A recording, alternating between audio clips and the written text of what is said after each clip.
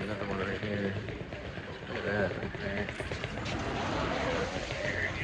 Got it. This garage was still in land. Yeah, he puts on the bed. Yeah, he puts on the bed.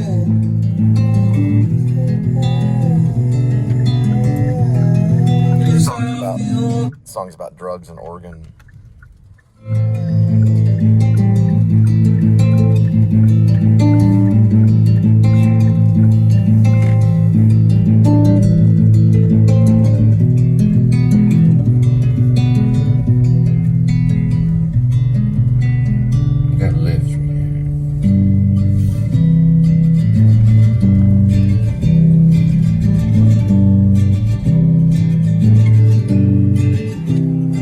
Tell me about those waiters in Oregon. What in Oregon? Rainy. What are you talking about in Oregon? Talking about those waiters, how much do they make? What does he like to do? What you like to do? Got me. He likes to pull steel head from the river. Right, I got some gas at 7-Eleven. I got 2 minutes to get it. The guy called me boss man 3 times. Everybody that walks in at 7-Eleven, he says, welcome. I told him, I appreciate your service, sir. That is the most professional service that I've ever seen at a 7-Eleven. Very clean 7-Eleven. Every single 7-Eleven in the world, take after Allen with the Laredo tacos. They're amazing. You walk in there and you feel a whole refresh. That's heaven in there. That's what they mean by 7-Eleven heaven. I've written songs about 7-Eleven. I'm not lying. I've written a few songs about 7-Eleven. We're going with regular.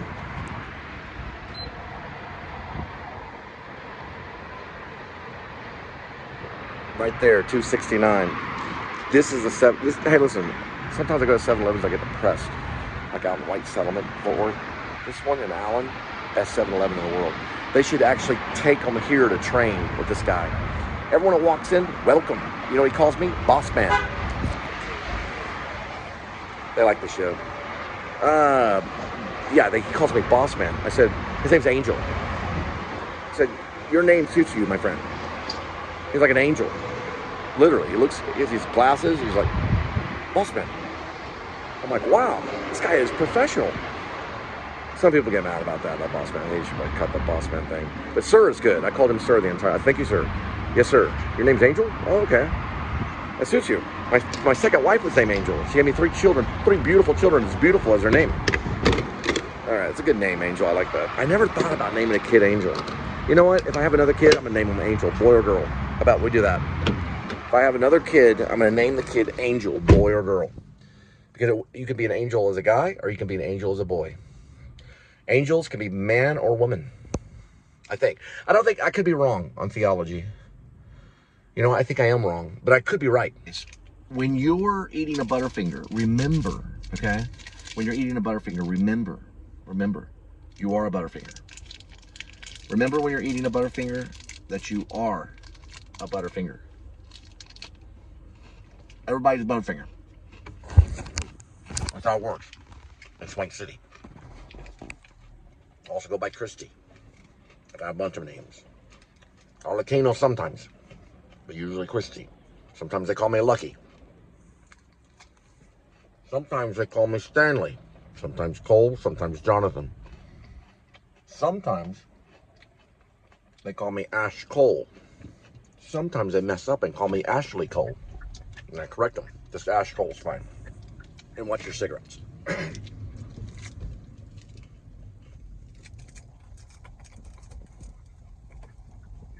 background Leibowitz coming in my ear right here. I got a little earpiece. Hundreds of people running the show. Yeah. I didn't do it. I didn't do it. Hey, I didn't do it. See if they're gonna let me. Sometimes they let you make a mistake, and sometimes they don't. Right on red arrows after stop. Gotcha. Ready? Right on red arrow after stop. Gotcha. Allen's pretty forgiving. They must have good cops out here. Irving, they're all hard-working cops. Fort Worth, every one of them corrupt. Dallas, corrupt. Irving, they're good guys. The other one that's good is Allen. I can tell. I can smell it. They have good cops here. You can smell it. Sometimes they call me Peter. But really, I'm just Cole. That's all I am. And I'm the Messiah. All right. Do a pass by the DFW airport. Right? Look for any luggage options. If there's nothing, keep on going. You want to go right back to that Walmart that you were at. You want to spark. You can spark till about 10:30. But if you want to spark for 30 minutes, they sometimes will let you. And let me tell you something. People get their groceries late at night. They don't care. They'll get it late at night. Even if there's milk involved. Now, up north, they do it, and they don't have a problem with it because the milk will almost freeze during this time of the year, depending on if it's Maine. Yeah. They'll have it dropped off right at their patio at this time of the year. Doesn't do anything to milk at all. I lived in an apartment complex right there in, what's it called? What the place? It's called Guilford. I also live in Parkman, I also live in Dover Foxcroft. But I lived in Guilford. That's where I began my first big novel attempt, Escape from Me or Escape from Maine. I have a lot of ors in my stuff, like OR, you know what I mean? Sometimes I even use parentheses. When I was there in Guilford, I had a neighbor that decided to move out. And they had I think they may have had a baby, and the lady was a little crazy, and the guy was probably a factory worker. Everyone there was a factory worker or a drug addict. Stephen King was the biggest drug addict of them all. He was the king of the drug addicts, over not 45 minutes away to Bangor. These people moved out of this big, huge apartment, and we're talking big, like almost like the size of a house. It was right above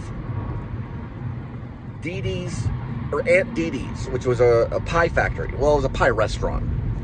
They made pies like a factory. They had these ovens. Let me tell you something. That is how they heated the entire place, with those ovens. Now, one day,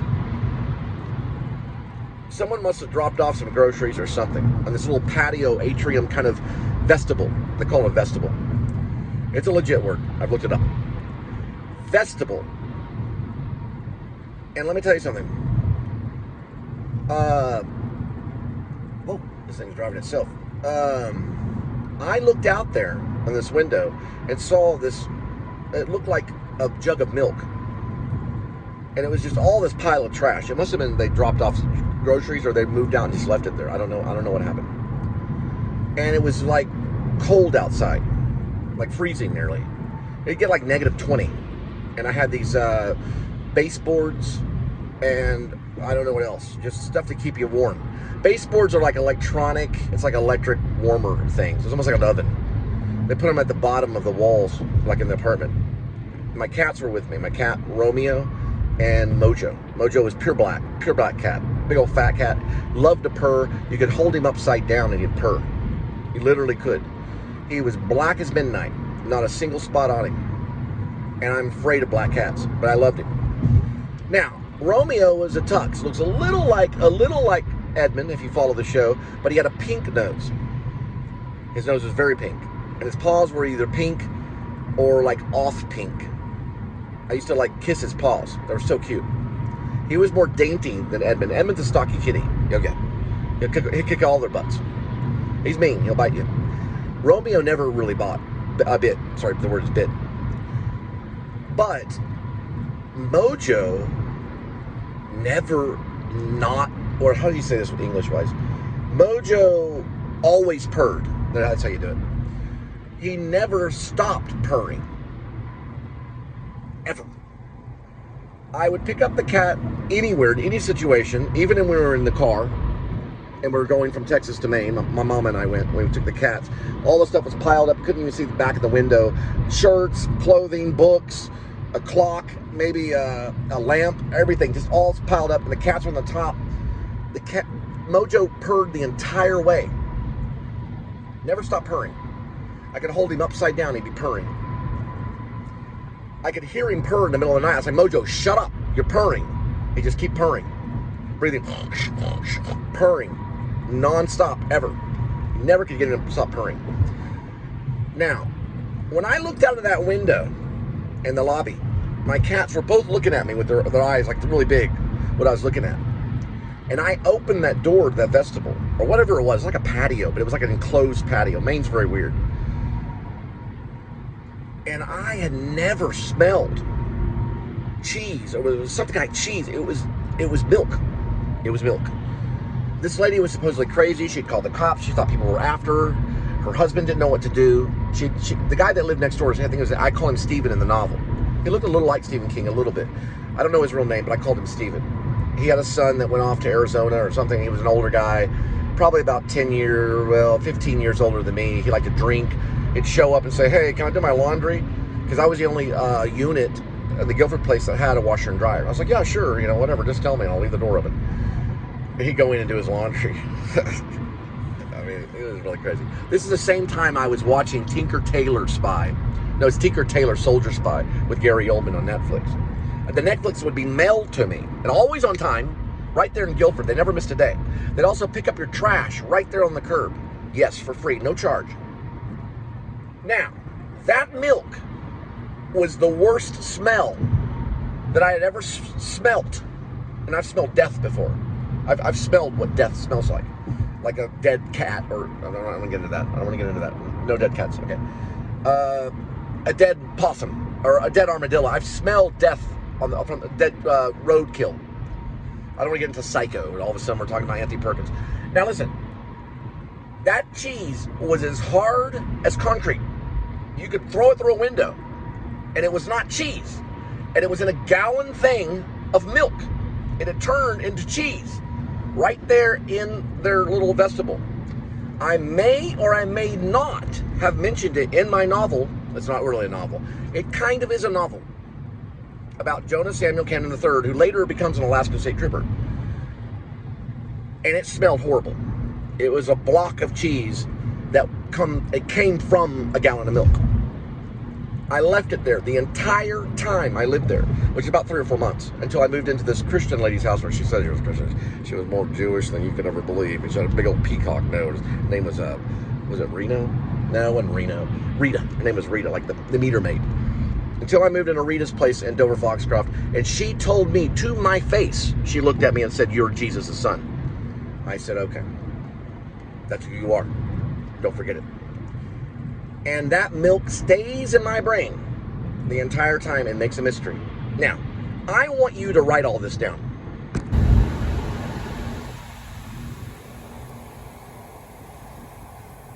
$6 my ass. That's what I say on those when I see them. That's Elon Musk, is that his name? Whatever his name is, that's a Cybertruck, right over that way. There's probably a guy named Elon Musk driving it, but whatever. What's this dude's name? Elon. Oh, okay, Elon. What is Elon? He's a Christian? I think he's going by a Protestant. Yeah, he's Jewish to man. No, I'm joking. I'm joking. I know Trump definitely is probably, if anything goes into the office with Trump, it probably goes on the side of the Protestants. Maybe. I very, very, very seriously doubt that Trump is a Catholic, but it doesn't mean that you don't want to be a Catholic. Listen, you don't want to be a Catholic. Trust me. Nobody that's a Catholic wants to be a Catholic. They want to be a Protestant, because he was the one that divorced the Catholic Church. Trump was asked a question in an interview one time. They asked him,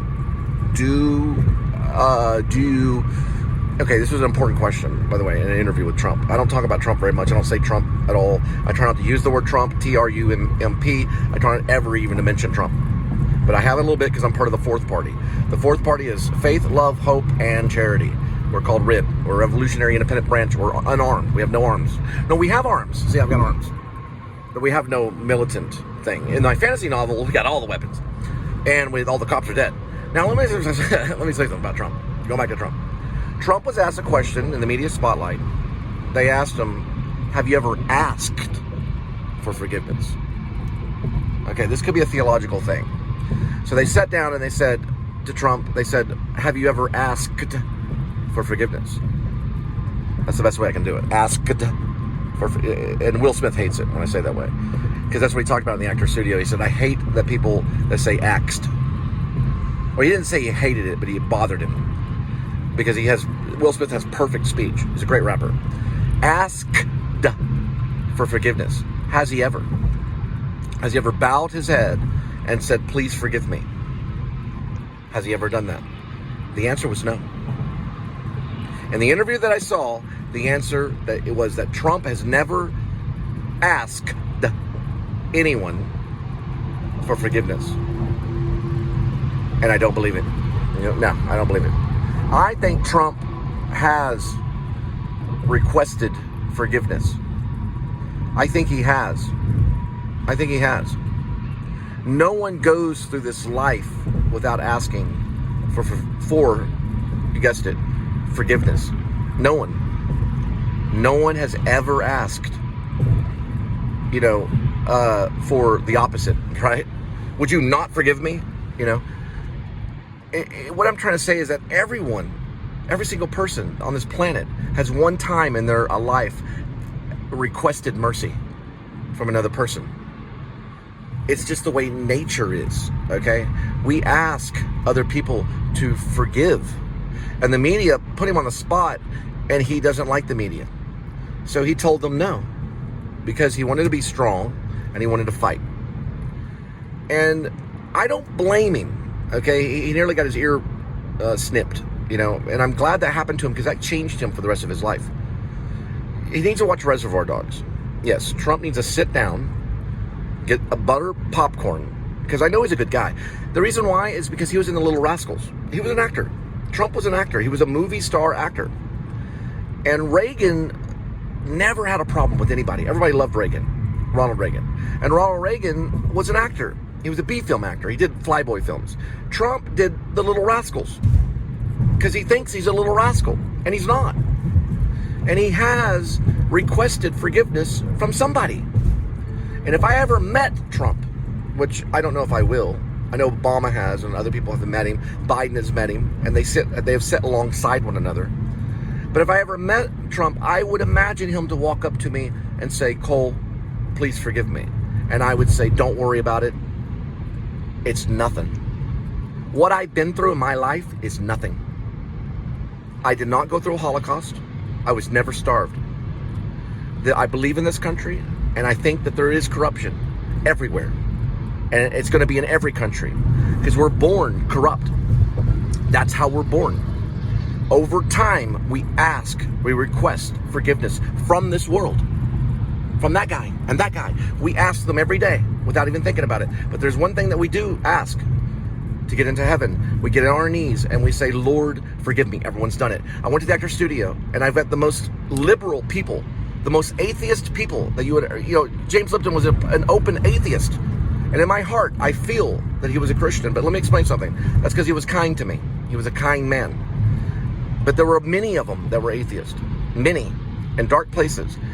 And I remember this man named Ron Liebman. I believe that's how he went, though. He was in Norma Rae. Go see Norma Rae. Also, when you see Reservoir Dogs, get a copy of Norma Rae. Bring Sally Field in, too. Norma Rae's an important one. Because I worked with Ron. Or is it Rob? I mess up. But I'm going to say Ron. Ron Liebman. Or something that goes by... Sometimes I say Lieberman. But I think it's Ron Liebman. But I don't know. I'll figure it out. He looked at me, and he looked at me right on stage when I was doing a scene from Glass Menagerie. Just Tennessee Williams. Yeah, Tennessee Williams. Tennessee Williams was probably one of the best playwrights in the world. Yeah. And I was doing a scene from Glass Menagerie, which is about the mother and the son. And he looked at me and he said, are you sure that this is what you want to do? That's what he said to me. Before he started the class, he told everyone to shut up, and he said, be quiet, is what he said. Are you sure this is what you want to do? And I said, I go, yeah, I wouldn't be here. I wouldn't be here if I didn't want to do this. He said, you sure this is what you want to do? Because I was asked that a few times. And I said I wouldn't be here if this is what I wouldn't be. This is why I'm here. So he goes, He said, everyone at some point in their life has got on their knees and asked God for forgiveness. Everyone has cried out to God. Everyone has cried out to God. And it stunned me, because supposedly the rumors about Ron was he did speed, and I don't know if all that's true. And then he had his coffee going, and his eyes were doing this thing, like. And a lady, I remember hearing, yeah, he's done it. Have you ever seen his eyes, And he said there's never been a time where a person has escaped this planet without asking and begging for the Lord and mercy and crying out to the Lord. That's what happens when you cry out to the Lord. You're begging the Lord for mercy. There's never been a time. And he must have seen me begging in front of him, because that's how I played the scene with Tom. And he was probably going to get to a point where I didn't have to beg for mercy. But he couldn't form it because the students would not shut up. Because at the time, I didn't know how to act. I only knew how to beg for mercy. And Tom Wingfield probably never begged for mercy his entire life. Because that's who I was playing at that moment, was Tom Wingfield. He was the main character in Glass Menagerie. And Ron worked me through it, and we did it again, and he did it again, and did it again, and every time I begged for mercy. And he never got to tell me, Cole, you don't have to beg for mercy when you're playing Tom in Glass Menagerie. Don't beg for mercy. Tom knows what he wants. He wants to get away.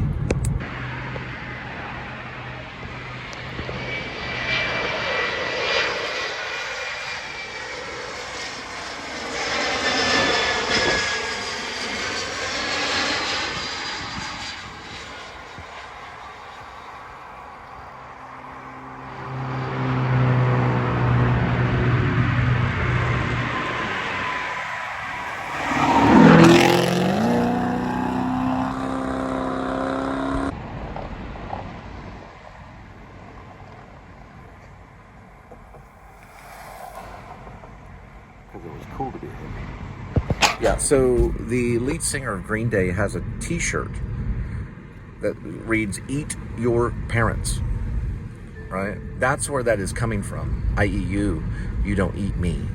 That's directed to the parent. That is true.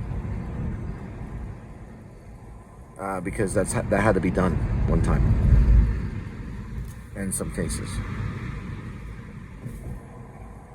Not in every case, but in some cases. We're going on a service road to kind of go through this. Now, let me see something real quick.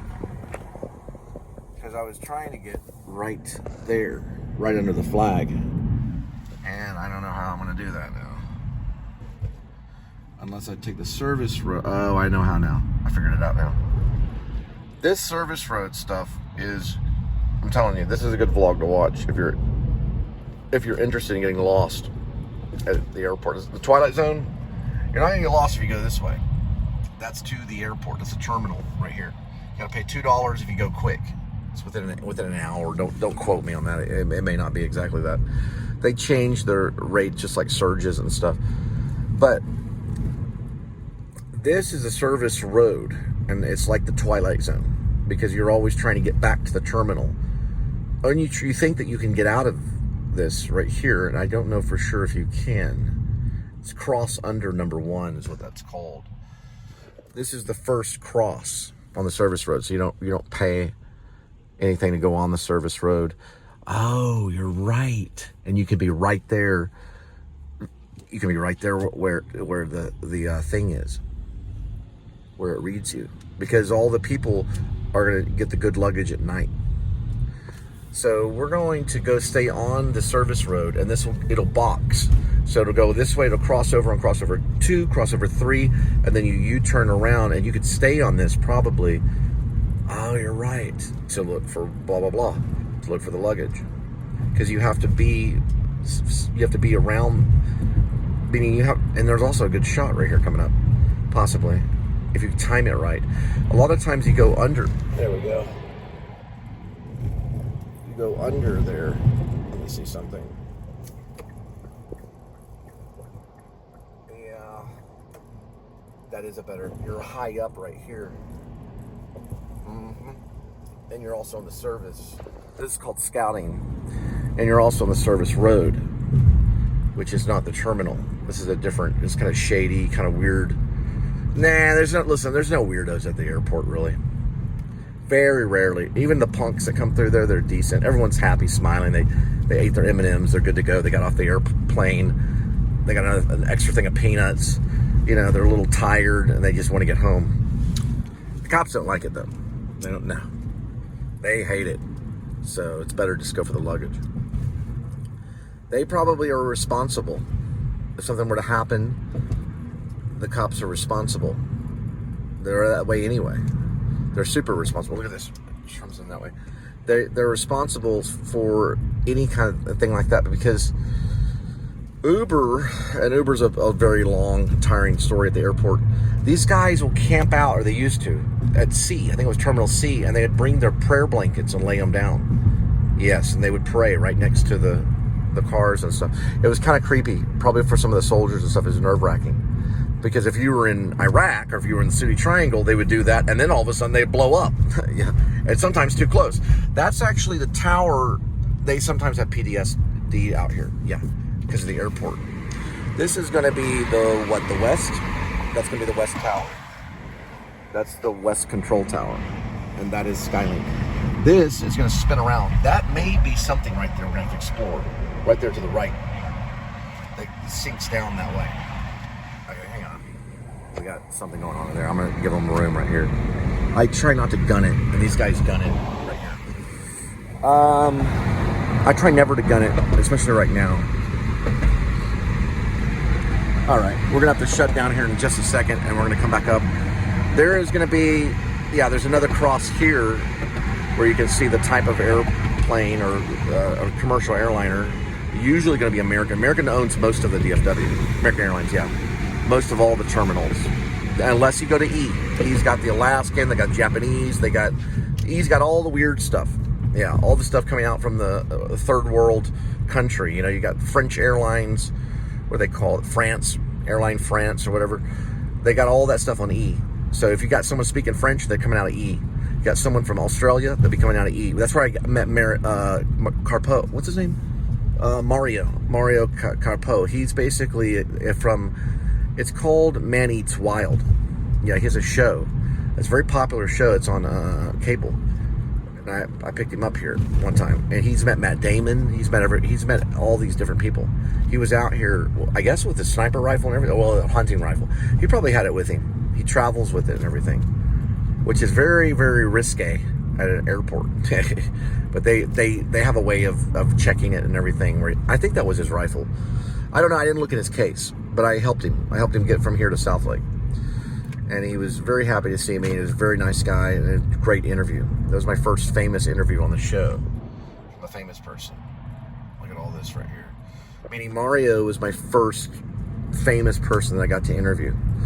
And he was set like right there. I didn't even know who he was. He told me. I was like, oh, really? I got a show. I got a show on YouTube. Let's go. He gets on those YouTube shows. We don't know how he does it. We're still kind of going down this way, and this is also, I'm seeing how far this will go and seeing if it'll allow you to leave. This is cross 6 right here. So it's cross under, they call it cross under 6. So these are all cross unders. Yes, you can call them cross unders, but you probably wouldn't do it plural. You would just say that's a cross under. That's what it says right here.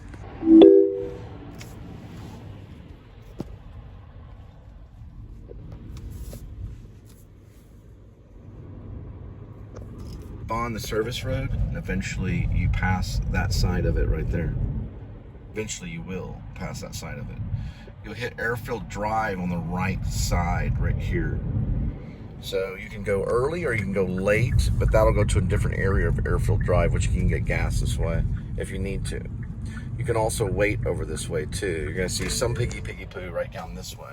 You actually see some of them in there. So that's going to be activity right there. And it can be watched from here, from the citizen. And they know that. They have active ones. They never turn their engines off. Those are actually turned off, though. If you look over there, those engines are actually turned off.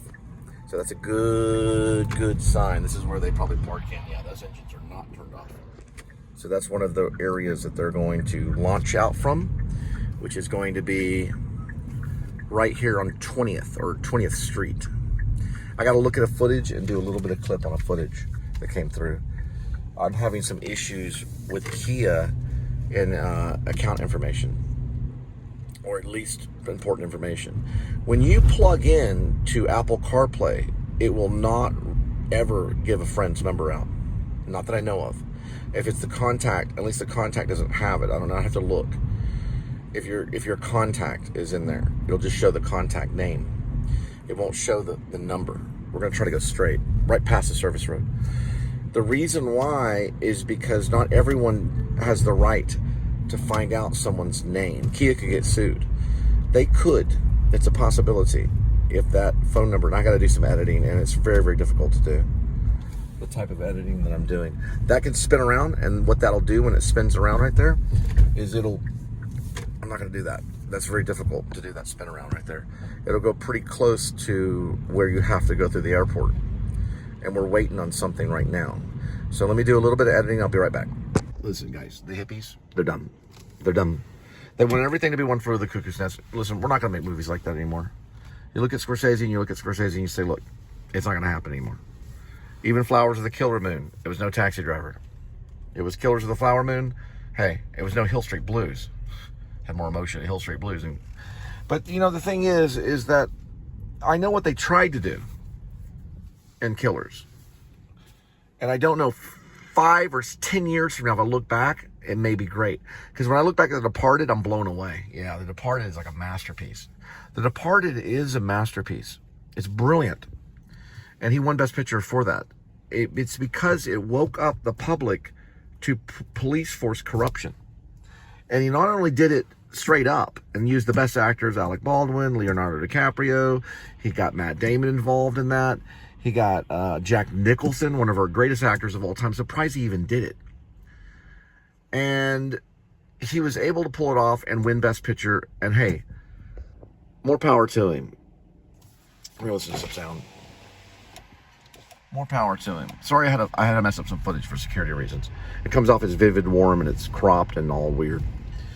Now, the reason why he won for that was because of its impact, its weight that it had on society. What in the world are you talking about these corrupt cops for? And why are they so good looking and smart and intelligent and all corrupt? Even the guy that was running after him was corrupt. They're all corrupt. Yeah. Who was not corrupt in that? And look what happened with Alec Baldwin. You know what I think about when Alec Baldwin, you know, the whole shooting? Yeah, the whole shooting with the Rust, where he had the wrong gun or the wrong bullet or whatever, something was wrong. You know what I think of? I think of The Departed. That's exactly what I think of. And like, what in the world? And you know what? It puts more fear in me of Martin Scorsese. Listen, if Martin Scorsese, I got a hold of him or something, and he was going to do this migrant worker, that I put him down, because I do this for organization. I put these movie stars' name down because it inspires me to write the book. It's been very hard, and I'm thinking about asthma and all this stuff that Martin Scorsese has gone through. I would never in a million years believe in a million years that he would show up in Fort Worth to play a migrant worker that gets killed by a serial killer that's also a cop or a lieutenant. He's an evil lieutenant called Daniel Lucius Copex. I would never believe it. He would play the migrant. Martin Scorsese would play the migrant worker that gets killed and thrown in the Trinity. I'd never believe it in a million years. But if he did, I would probably get in touch with the police force. I would never in a million years be on set when Martin Scorsese was there without security. And I'm talking cops. And he'd be okay with it. But listen, the reason why, you couldn't convince me in a coffee bar or in a hotel or a church or anywhere where you try to convince me, if you were talking to me, that Martin Scorsese is not part of the mafia. You couldn't convince me. Not now. You couldn't convince me. Not in a million years. I would be like, you're telling me he's not in the mafia? This guy edited Woodstock. He was on coke. Now, he talked about doing cocaine. He is the mafia. And he laughs about it at the Academy Awards. But he's also related to the Catholic Church. And I've got connections with the Catholic Church, let me tell you, like you wouldn't even believe. Let me do something real quick. We're done. Yeah. Now, let me tell you something about Martin Scorsese. I know that he's not part of the mafia. I know he's not. Look at this car right here. Look at this car. Look at it. Look at the car.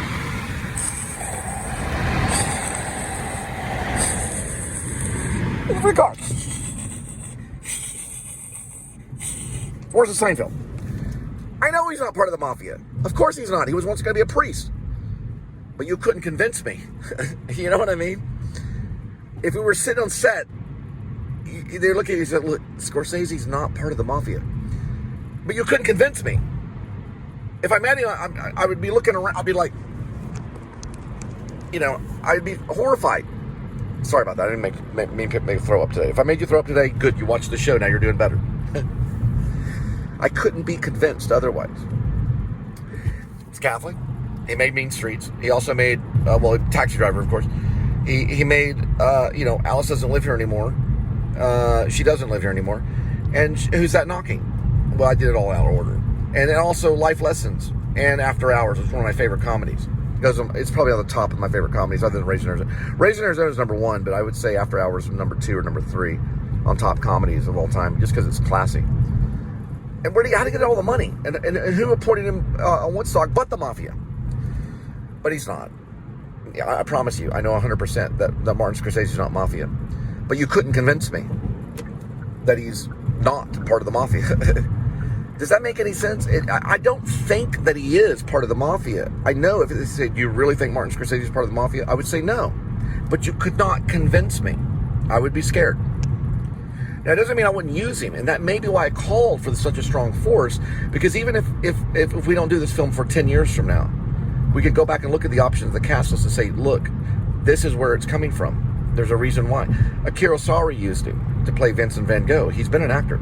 He was an actor and Taxi Driver in the back seat. But I would probably say if I saw him and I didn't know who he was, I would say, you're probably part of the mafia. But he's not. He's just an artist. But a lot of artists come off as that. Listen, the guy that runs Nizza Pizza, he's an artist. He runs a very strict pizza business, but he's not the mafia. He's a family man. He's not the Sopranos. I have to use this stuff in order to access a Spiritus Mundi and scare myself into getting to the next step of my life. I built a bridge and I burned it on purpose. I build bridges and then I burn them on purpose. If I don't do that, then I stay in a circle that goes nowhere. Do I believe the mafia, as an Italian mafia, is existing today? I absolutely don't. I do not believe the mafia is here today. I do believe they were here in the 70s. I do believe they struggled in the 80s and they started losing their grip in the 90s. But today, it's only a business, legitimately, that got LLCs. They're not a mafia. Not today. I don't believe in it. I don't believe in it today because of these cameras and because of many other cameras. They would never survive in a heartbeat. They'd be all gone in one day. Do I believe there's a cartel? Yes, I believe it's across the border. They don't do well here. The cartel does not do well here. They do very well in Mexico, and I do believe they're there. But I do not believe, listen, I feel safe in this country. I do not feel safe in New York City. I do think it's going to blow up. I don't know when, and I don't want to go back there without wearing a juggernaut suit or having like some type of emergency plan to get the fuck out of that place when it blows up. I was there during 9/11. I was only there for a year, and that happened to me. And I felt it was a personal attack towards me. But I do not believe in the Italian mafia today. I do not think it exists. I mean, I'm listening on every single Italian family, and I mean this 100%. I do believe all the cops are corrupt. But I don't believe that there is an Italian mafia that's going to come after you today. I do not believe. I think they're all legit, every single one of them, even Martin Scorsese. And they've all gone back to the Catholic Church because of Martin Scorsese. I don't believe that there is. I don't believe in it. You couldn't convince me in a million years. But if I met Martin Scorsese, I would think he was in the mafia. Yeah, to make it clear, friend, Raising Arizona was done by the Coen brothers. I understand that. And the reason why I threw it in there is because Raising Arizona is my favorite comedy. But After Hours is probably number 3. You probably could figure that out. I said it really quick. I talk very quick. Scorsese talks about how he sees things very quickly. And I understand that frame of mind. That's why I was attracted to Taxi Driver, because I felt like I was looking through the same eyes. Does that make sense? When I saw Taxi Driver, this was probably 1992-ish, probably in the 92. This was before I graduated high school, at Pascal High School. They had a Blockbuster right there by the railroad, right by RL Pascal High School, not too far from TCU. That's where I found Taxi Driver, and also my other favorite film with Laurence Olivier, which is Hamlet, and that has nothing to do with Scorsese, but Scorsese has everything to do with Taxi Driver. That was his film, and it's a masterpiece. So when I saw that, and I haven't seen many masterpieces, but Taxi Driver is a masterpiece. He used Bernard Herrmann's music from Alfred Hitchcock beautifully. It was a dance. The whole thing was a dance, because I love dance. But when I saw the film, that's when I knew. I just knew. It was a very silent thing. I curled up on the couch and I knew there was something there. Meaning there was another way out. Does that make sense? There was something else. There was another path to this world. You know, and also the Taxi Driver thing, I'm going to tell you another reason why I'm so obsessed with Taxi Driver, because it is my favorite film of all time. It is my favorite film. There's a lot of reasons why. One of the main reasons, I think, is because I knew secretly when I saw the film, I was going to have to do this type of work. I just knew it. I'm not doing this work because I love Taxi Driver, the movie with Robert De Niro. I'm not doing this type of work because of that. That's not the reason why. I knew I would have to. Now, Scorsese, being theology and also being a part of the Catholic Church, knew that a lot of people, and we're talking a lot nowadays especially, because I think a lot of Uber drivers, I should tell them about Taxi Driver. He knew a lot of them would do that type of work, probably in the future, because filmmaking is prophetic, just like music is prophetic. It's the before and after in a lot of cases. Even back in the 70s, I think somewhere in Scorsese's mind, he knew a lot of people would have to do that type of work. So it's probably his idea of wanting to speak to society, and also mutating that idea with, of course, Paul Schrader, who was the writer, you know, of the story. It was not Scorsese. Scorsese did not write that story, but he did direct it. So he found this writing, probably from UCLA or in that area. He found Paul Schrader, and he began to throw it all together. And I don't know how he did. Listen, I don't know how filmmakers, I have no idea how filmmakers get the funding and throw it all together. In my mind, Scorsese went to some mob bosses. In my mind. Now, that's not true, but in my mind, he went to some. And where did Cassavetes go to? Where did he go to get his money? Now, he obviously made a movie, which was the Dirty Dozen, which made probably made him enough money to live somewhat comfortable for the rest of his life. He was kind of a big role in that. I have to go and see the Dirty Dozen again. And Roman Polanski helped him too with Rosemary's Baby. But they don't, listen, movie stars today, they don't get to be Cassavetes. And when I was compared to Cassavetes, I was a little offended by Trish Gillespie. She compared me to Cassavetes, and I was a little bit offended. I was actually quite offended. I was pretty much offended, because the stuff that she saw was personal stuff of mine, and it's up there. And it was when I was talking to my mother-in-law and things like that. I was talking to my ex-wife. I don't think Cassavetes would have done that. I do not think that. Cassavetes was like kind of on the side of like maybe Bergman or something. Okay, he knew cinema, he knew photography. He was not talking to the screen about his relatives. He was creating these stories. This was like almost fiction.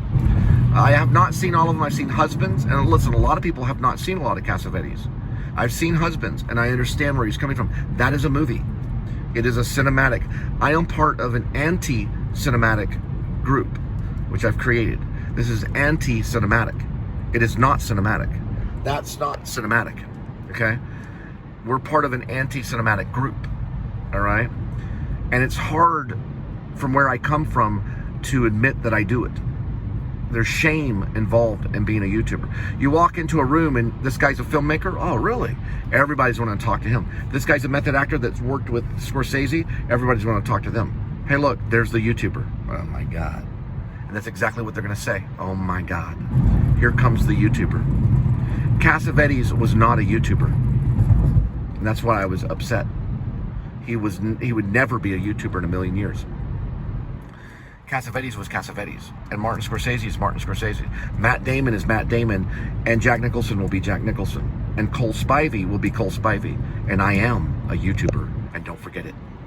So, like, you know, me being a filmmaker or a YouTuber, could I, like, what's his name? Jake Paul. Yeah, Jake Paul with Mike Tyson. Could I do the same thing with Scorsese? Now, the Jake Paul thing was unreal. I saw it in a Albanian pizza kitchen, where I saw it from other people's phones, just like this. See that phone? See it? That's how I saw Jake Paul. And I need to go back and see it, but I've never seen, I don't want to get into it. But here's the thing. Jake Paul was able to summon Mike Tyson onto the ring because of this device. Because of Apple and because of Google. He was able to do that. If I were to summon Martin Scorsese to Fort Worth, Texas, then you would understand, you would personally understand how powerful the YouTuber is. Now, I always compare every YouTuber to one person. Hopperhead. Is it Hopper? No, it's not Hopperhead. Hopperhead's a character in Cat Named Crook. It's another story I did, or film I did. Hedda Hopper. Hedda Hopper. She had all the power of Hollywood. But she did it with a pen. Can people do it with a pen nowadays? No. They cannot do it with a pen. They have to use a digital pen, or what they call a digital stylus. And also another thing, I will make sure that all of Martin Scorsese's haircuts are done for free, and I know all the barbers. I'll make sure he gets the best French food in town, or Italian. Don't go to Nizza Pizza. No, if he goes to Nizza Pizza, he goes by himself. I will not be anywhere near. I burnt that bridge. But if Scorsese shows, I know a couple of French restaurants that are really nice. I know a really good one that used to be called Saint Emilion's. They do have a violin player. There are, I'm trying to think if there's bathhouses. He's not necessarily Fellini. How do we know he has asthma? He has asthma. Okay. He might pass the draft. And yeah, I know. The Trinity River would kill him. Yeah, because of the asthma. Can't get a cruiser number for here. That's probably what he's trying to get, is cruiser numbers, or license plate numbers, or he's trying to get what's it called? Cruiser numbers is good enough for me. Probably trying to see how many are corrupt is probably. We did some shooting right there. Filming, videoing. We videoed some stuff right there. That's probably what he's trying to do. That's why. Because they can work through other filmmakers spiritually. Maybe during the cold season, this would be like when it's very cold outside. It might be okay with them with asthma because of how the weather, everything condenses in the cold. And asthma in the summer, this time of stuff, would be horrible for Scorsese. Never in the summer. The summer would kill him. It'd kill any old person. You never want to go through the summer in Texas. It'll kill you, even if you're young. I've almost died from heat strokes all the time. I used to jog in 100-degree weather. But let me explain something. In the winter, it might could work because the air is condensed. Because I'm more concerned with Scorsese's health and asking that. And I'm going to keep it on there because, listen, it's just a casting option list and it helps organize things. The migrant worker scene, I have not even written it. What he's going to do, Daniel Lucius Copex, is he's going to pick him up on a back road. And he's going to drive him to the banks of the Trinity River. So that's what he's going to do. He's going to talk to him about theology, to this old man. Daniel, we get Daniel's religious background. It's going to come to a conclusion. He's not going to choke the old man.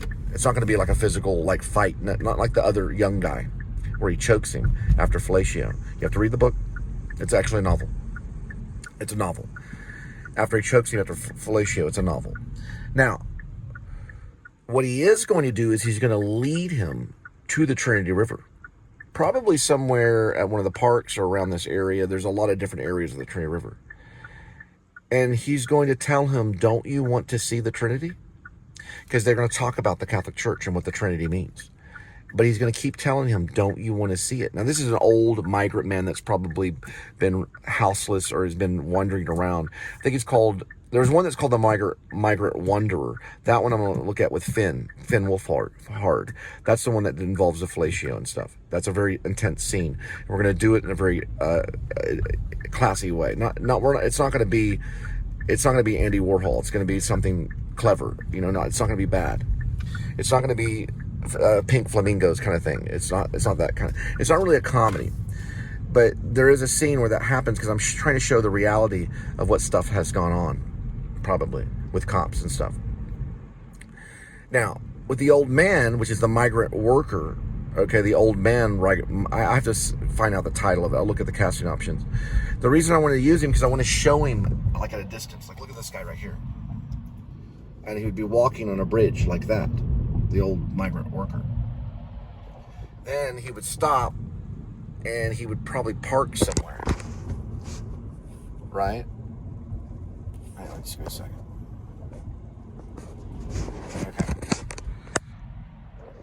1 second. So he would park somewhere. And then he would go up to the old man and talk to him or something. Probably about God. Yeah. And then he would say, well, where are you going, brother? This would be Daniel's character, Daniel Lucius Copex. He's a lieutenant. He's basically a serial killer. And he would ask him, where are you going, brother? And then he would talk to him a little bit. He wouldn't just get him in the car, but he'd probably open the door and leave the door open. Then he would say, well, can I help you? Can I help you get there? And he would be in a police outfit. He would be in the whole thing. Because this is going to be like a real quick kind of thing. And then he'd get in the car and he says, because I've done this before with a relative he's now a chief of police, but he gave me a ride just across a railroad track. And I sat in the back of the police car because I was walking home from work, and he said, I can give you a ride back. So he drove me like about a mile. The cops do this sometimes. He drove me about a mile. They probably don't do it anymore, but they used to do this. He drove me like a mile and then dropped me off. And I was like, thanks, It was a ex-brother-in-law of mine. Now, when he gets in the car, he has to kind of convince him that he needs to go to this area because the old man doesn't know where he's going. Neither does Scorsese, probably. And he says to him, and they talk about theology, they talk about the Catholic Church, they maybe mention the Pope, they maybe mention these things because I know the cops are involved in that. And he says to him, don't you want to see the Trinity? Is what Daniel will say. Don't you want to see it? Do you want to see the Trinity? And I'm going to tell you something. If we see it, it does have a certain smell. Okay, he's going to say those words. It does have a certain smell. It doesn't smell the best. But do you want to see it? And he's going to drive him. And the old man is going to begin to cry.